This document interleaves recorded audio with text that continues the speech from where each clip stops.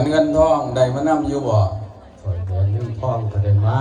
ท่าสีท่าสาไฟคามาใส่ได้มานำอยู่บอกกันยังไงสีท่าสาสีไส้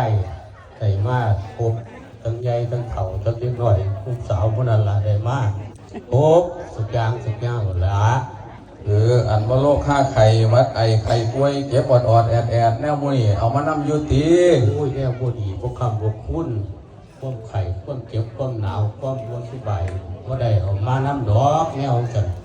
โอ้ฟังเบาอยู่นี่มูเจ้าแต่แนวดีๆผ้าหางมามีมาคำพูดมูลมังก็ละเนาะข่อยคันธิมาคำพูดเฮียนสั้นล้านลูก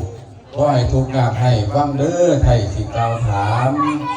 ก่อนที่ขึ้นสู่บ้านเฮียนใหญ่หลังน้ำพอถามคำพูดส่วนกามาเดี๋ยวนี้ว่าเฮียนนี้บ้านเล็กที่หยังคือว่าจังไดบ้านเจ้าตั้งดังเจ้าต่อทั้งป่องรอเลยทวนลมทั้งเสากลมเสากลางทั้งประตูหน้าต่างซื้อว่าจังไดแท้